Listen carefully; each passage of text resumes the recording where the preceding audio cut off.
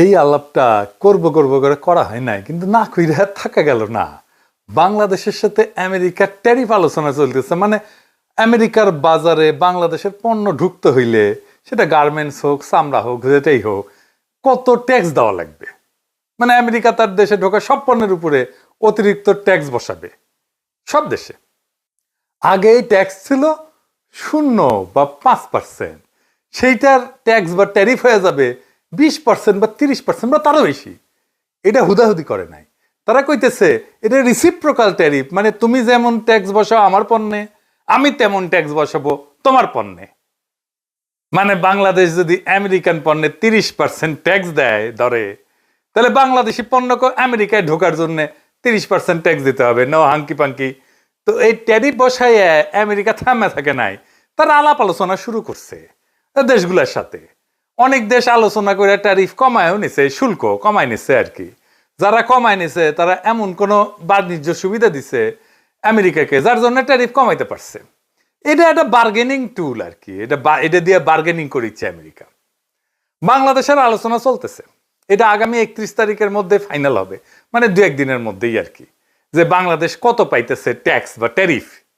যদি বাংলাদেশ ট্যারিফ কমাইতে না পারে, তাইলে হাতে হ্যারিকেন ধরতে হবে, কলে এই শুল্ক কার্যকর হবে 1 আগস্ট থেকে। তবে আমেরিকান বাণিজ্য মন্ত্রী বলছে শুল্ক কার্যকর হইলেও আলোচনা চলবে। আমি এটা নিয়ে একটা ভিডিও করেছিলাম, আপনারা জানেন যে আমি ইকোনমিক্সের ছাত্র। এই শুল্ক দীর্ঘমেয়াদে আমেরিকান ইকোনমির ক্ষতি করবে, তবে স্বল্প মেয়াদে তা আমাদের ক্ষতি করবে, অবশ্যই করবে, যদি আমরা শুল্কের একটা ভালো রেট না পাই। যাই হোক, আমি ওই একাডেমিক আলোচনাতে যাব না। আমরা এই চুক্তির একটা বিশেষ দিক নিয়ে আলোচনা করব। কুটি এশিয়া ইন্ডিয়া গ্যাঞ্জাম করিচ্ছে, আর ইন্ডিয়ার গ্যাঞ্জাম করে লাভটা কি, এটা নিয়ে আলাপ করব। এটা হইতেছে গোপনীয়তার চুক্তি। মানে এই যে বাংলাদেশ আলোচনা করতেছে আমেরিকার সাথে, সে আলোচনার আগে একটা চুক্তি করেছে বাংলাদেশের সাথে, তার নাম গোপনীয়তার চুক্তি।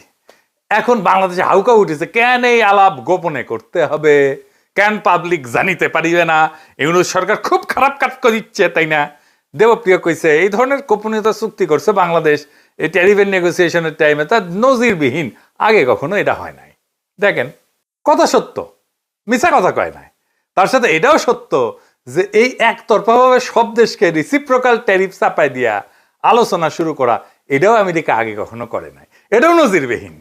এই গোপনীয়তার চুক্তি কি বাংলাদেশ একা করিছে আমেরিকার সাথে, নাকি সব দেশই করিছে? যারা আলোচনা করিচ্ছে সব দেশই করিছে, কিন্তু দেবপ্রিয়বাবুর দাবি সব দেশ করলেও বাংলাদেশ এই চুক্তি করতে পারবে না। তার মানে যে নেগোসিয়েশনে আলাপ, এটা বাংলাদেশ করতেই পারবে না। তো আসেন একটু দেখি আমি তো কইলাম, আপনারা বিশ্বাস করবেন কেন, আগে দেখি যে আসলে অন্যরা গোপনীয়তা চুক্তি করেছে কিনা। হ্যাঁ, করেছে। আমরা ফিলিপাইনের সংবাদ মাধ্যমে দেখতে পারি, তারা বলতেছে, আমরা এটার বিস্তারিত বলতে পারবো না, কারণ এনডিএ মানে এটাই বলে গোপনীয়তার চুক্তি, নন ডিসক্লোজার এগ্রিমেন্ট, মানে যেটারে আমরা গোপনীয়তার চুক্তি বলতেছি সেটা সাইন করা আছে। ইংরেজিতে কইছে, এ দেখেন, however when asked to provide a list of products included in the tariff concession, Rodolfo did not provide details as they are signatory of a non-disclosure agreement, NDA. It is covered by an NDA while we are still negotiating. আচ্ছা, তার মানে এরা করিছে। থাইল্যান্ডে কি কইছে? Due to signing of a non-disclosure agreement, the Thai government is unable to disclose specific details of the ongoing negotiations. তার মানে এদের সাথেও করা হয়েছে। আচ্ছা, আর্জেন্টিনার সাথে কি করা হয়েছে? এদের সাথেও এনডিএ করা হয়েছে। দেখেন, করছে the bilateral pact has been quietly in the works for 3 months under the signing of confidentiality agreement, NDA, that prevent negotiators from disclosing details. এমনকি ভিয়েতনামে জানাচ্ছে যে তারা বলতে রাজি হয়নি, কারণ এই যে তথ্যগুলো, সে তথ্যগুলো পাবলিক না। তার মানে আমরা বেশ কয়েকটা দেশের গোপনীয়তার চুক্তি দেখলাম, ওরা করতে পারবে, কিন্তু আমরা করতে পারবো না। কি আবদার! যদি সবাই চুক্তি করে আর আমরা যদি এই চুক্তি না করি, তাহলে আমাদের সাথে নেগোসিয়েশন করবে আমেরিকা? বলেন তো। আমেরিকা তো বলবে, তুমি কোন হরিদাস পাল আসছো যে তোমার সাথে গোপনীয়তার চুক্তি ছাড়া নেগোসিয়েশন করতে হবে আমাকে? আচ্ছা, ধরেন এই এগ্রিমেন্ট ছাড়াই, গোপনীয়তার চুক্তি ছাড়াই আলাপ করলো বাংলাদেশের সাথে, স্পেশাল খাতির করলো আর কি আমেরিকা, তো যারা সাইন করেছে এই গোপনীয়তার চুক্তি তারা এসে বলবে না যে আমার সাথে সাইন করলা এগ্রিমেন্ট, বাংলাদেশের সাথে করলা না কেন, বিষয়টা কি, পিতলা খাতির কেন? আমেরিকা কি জবাব দিবে? তারপরেও দেবপ্রিয়রা প্রশ্ন তুলতে পারে কেন এটা জনগণ জানবে না? কি আর বলবো, এই দেবপ্রিয়রা 111 করলো। দেবপ্রিয় কিন্তু এই জেনেভায় পোস্টিং নিছিল 111 পরে, বেনিফিশিয়ারি ছিল। এই দেবপ্রিয় ট্রানজিট ট্রান্সশিপমেন্টের ওকালতি করেছে, আর এখন খুব নন ডিসক্লোজার এগ্রিমেন্ট করেছে। সিপি ব্যবহার করেছে বাণিজ্যের নামে গোপন চুক্তি মানবো না, ওরে আমার ওরে ওরে, এইগুলার মাথার খোদাতলা গোবর দিলেও হইতো। যাই হোক, আলাপটা কি কইতেছে ওরা বুঝেছে, আসেন এটা একটু আমরা বুঝে দেখি। আমি আপনাদের আগেও কইছি সিপিবি যা বলবে, দেবপ্রিয় যা বলবে তার উল্টা দিকে দাঁড়াবেন। সিপিবি যেহেতু বিরোধিতা করতেছে, দেবপ্রিয় যেহেতু বিরোধিতা করতেছে, এটা দেশের জন্য ভালো আর ইন্ডিয়ার জন্য খারাপ। এই চুক্তিটা কোনো গোপন চুক্তি না, এটা গোপনীয়তার চুক্তি। গোপন চুক্তি আর গোপনীয়তার চুক্তি দুইটা ভিন্ন জিনিস। মানে যতক্ষণ এই ট্যারিফ নিয়ে আমাদের আলোচনা হইতেছে আমেরিকার সাথে, ততক্ষণ আমাদের আলোচনার বিষয় বাইরে যাবে না। ধরেন প্রফেসর ইউনূস আর তারেক রহমান আলাপ করলেন লন্ডনে, তো ওই আলাপ কি লাইভে দেখছি আমরা? ওটা ধরে লাইভ হইতো, গোপনীয়তার যদি কোনো দরকারই না থাকে। গোপনীয়তা যখন থাকার দরকারই নাই, তাহলে ওই আলাপের পুরাটা রেকর্ড করে জানাই দিলে হয়। তা তো জানাই নাই, আলাপের ফলাফল আমরা জানছি, কিন্তু আলাপের খুঁটিনাটি জানার দরকার আমাদের নাই। এই আলাপ তো প্রকাশ্য করার বিষয় না। কেন না আমি এটা পরে বলতেছি। এই আলাপ হবে বাংলাদেশের ট্যারিফ কত হবে। এই ট্যারিফ যদি কমে তাহলে আমেরিকাকে তো কিছু দিতে হবে। সেটা কি কি দেওয়া হবে সুবিধা হিসেবে, তার সবকিছুই দুই দেশের মানুষই জানবে যখন চুক্তিটা হয়ে যাবে। কিন্তু এই আলোচনার প্রসেসের মধ্যে যা আলোচনা হবে এই সময়টায় কিছু জানানো যাবে না, কারণ অন্য দেশও আলোচনার মধ্যে আছে। তারা যদি জেনে যায় আমরা কি আলোচনা করতেছি, তাহলে তো এই আলোচনার ফলপ্রসূ হবে না। প্র্যাকটিক্যাল কারণে এটা বার্গেন, তো অনেক দেশের সাথে বার্গেন করতেছে আমেরিকা। ধরেন আমরা যাই না গেলাম কি নিয়ে, ইন্ডিয়ার সাথে বার্গেন করতেছে আমেরিকা।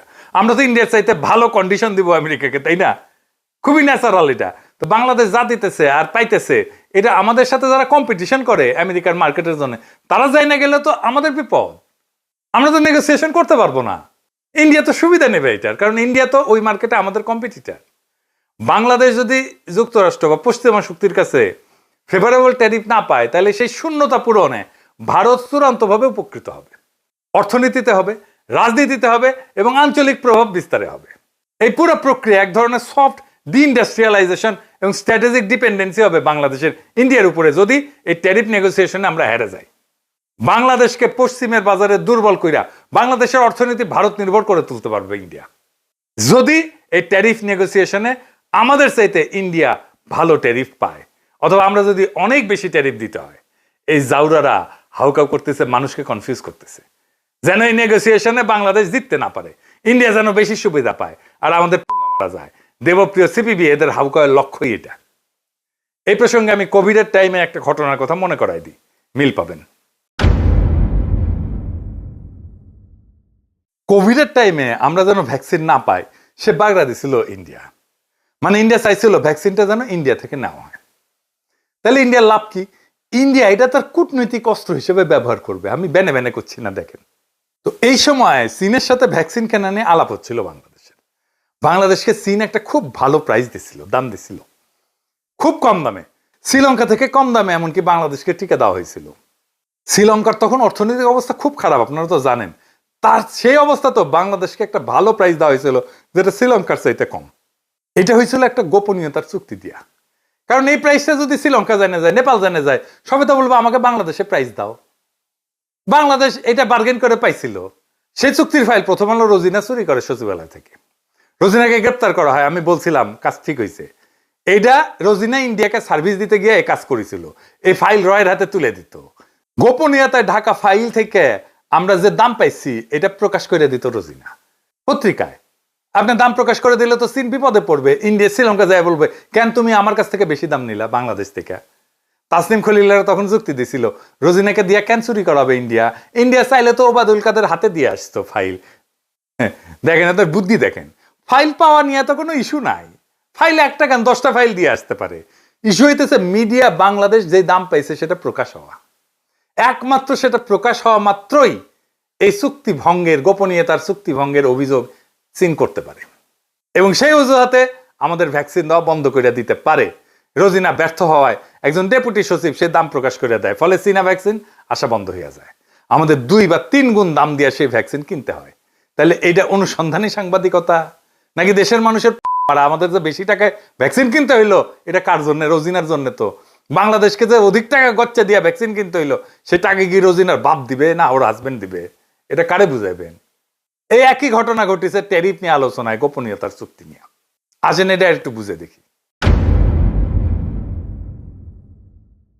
দুনিয়ায় কোন দেশের মিডিয়ার কোন কুরকুরে নেয় সবাই তো এই সাইন করছে না, একমাত্র বাংলাদেশের অনুসন্ধানী সাংবাদিকদের এতই কারেন্ট এই গোপনীয়তার চুক্তি প্রকাশ করতেই হবে। তো এটা নিয়ে কি হইল আসেন দেখি। এখানে সে একই রোজিনা কাণ্ড ঘটনা হইল। এনবিআর এর দ্বিতীয় সচিব মুকিদুল আলমকে দিয়া এই আলোচনার বিষয়াদি কচুক্ষেতি বাইর করল। কচুক্ষেতি মানে কিন্তু ও আকারের বালক। বালক মানে জানেন তো, হ্যাঁ, যে মারা দেয়, বুঝছাও। র এর ডাইরেক্ট পেরোলে এই পদ বালক সেইটা দিয়া বাংলা আউটলুকে নিউজ করাইলো। মুকিদুল ধরা খাইলো, চাকরি গেল। বাংলা আউটলুকের নিউজ সরাই নিলে কচুক্ষেতি নিজের পেজে ওই চুক্তির আলোচনা প্রকাশ করে দিল। দেখেন এর ফলে কি হইল, বাংলাদেশের আলোচকেরা নেগোসিয়েটরেরা মারাত্মক চাপে পড়লো। আলোচনার নেগোসিয়েশন আমরা পিছায় পড়লাম, ইন্ডিয়া আপার হ্যান্ড পাইলো। তাহলে বুঝেছেন তো কে কার সুবিধার জন্য এটা পাবলিক করা হয়েছিল? ওই বালক ওয়াকারের। কেন এটা পাবলিক করলো? আপনারা তো জানেন বাংলাদেশ যদি ফেভারেবল ট্যারিফ না পায় তাহলে ইন্ডিয়া লাভবান হবে, আর কেউ না। ইন্ডিয়াকে উপহার দিল ওয়াকারের বালক। এইবার সব বুঝেছেন তো, মিলিছে সব। বাংলাদেশের শিল্প, গার্মেন্টস, রপ্তানি আমেরিকার বাজারে সব ধ্বংস করে দেওয়ার কাজটা এই ওয়াকারের বালক কইরা দিল। যদি বাংলাদেশ ভালো ট্যারিফ না পায় তার দায় একমাত্র এই বালকের। আপনারাই বলেন এটা প্রকাশ করে কি এমন হাতি ঘোড়া বজরা পানসি হয়েছে? কি অর্জন করছে বাংলাদেশ? কিছুই না। বাংলাদেশের জনগণ কি অর্জন করছে? কিচ্ছু না, হারাইছে। কিন্তু এইটা প্রকাশ করার জন্য এত কুরকুরানি কেন ওদের খোয়ায়? কুরকুরানি মোদির কুরকুরানি, ইন্ডিয়ার কুরকুরানি। কারণ মোদি কইছে শুধু ওয়াকার নামিও তোমার বালক বানাবো, আর ওই খুশিতে মাইছে দৌড়। তাইলে কি আমরা ফেভারেবল ট্যারিফ পাবো না আমেরিকার বাজারে? 2 দিন অপেক্ষা করেন, ভালো খবর পাবেন ইনশাআল্লাহ। ওয়াকারের বালক কাজটা খুব জটিল এবং কঠিন করে দিলেও এটা উত্তরানো গেছে। আমার কাছে যতটুকু খবর আছে, চুক্তির ডিটেলস বেশি জানতে পারবেন তাড়াতাড়ি। এই ট্যারিফ আলোচনা, এই গোপনীয়তার চুক্তি সবই কূটনৈতিক বাস্তবতা।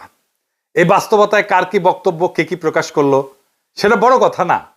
বড় কথাই যে বাংলাদেশে কোনো দালাল চক্র, কোনো রোজিনা সিন্ডিকেট, অনুসন্ধানী সাংবাদিকতার নামে রয়ের দালাল, ওয়াকারের পাঁচাটা হাইব্রিড অনুসন্ধানী সাংবাদিকদের খেয়ালখুশির উপর চলে না। আমাদের রাষ্ট্র যদি সাহসিকতার সাথে ন্যায্য বার্গেন করে, যদি ঠিক সময় জিপ কামড়ে চুপ থাকে, তাহলে আমরা জিতবো। কারণ এই খেলা গলা ফাটানোর না, মাথা খাটানোর। আজকের দিনটায় আমরা শিখে গেলাম তথ্য চুরি করা নয়, কৌশল দিয়ে জয়লাভ করতে হয়। গোপন রাখাটা সবসময় চোরের চক্রান্ত না, কখনো কখনো তা হয় রাষ্ট্রীয় অস্ত্র।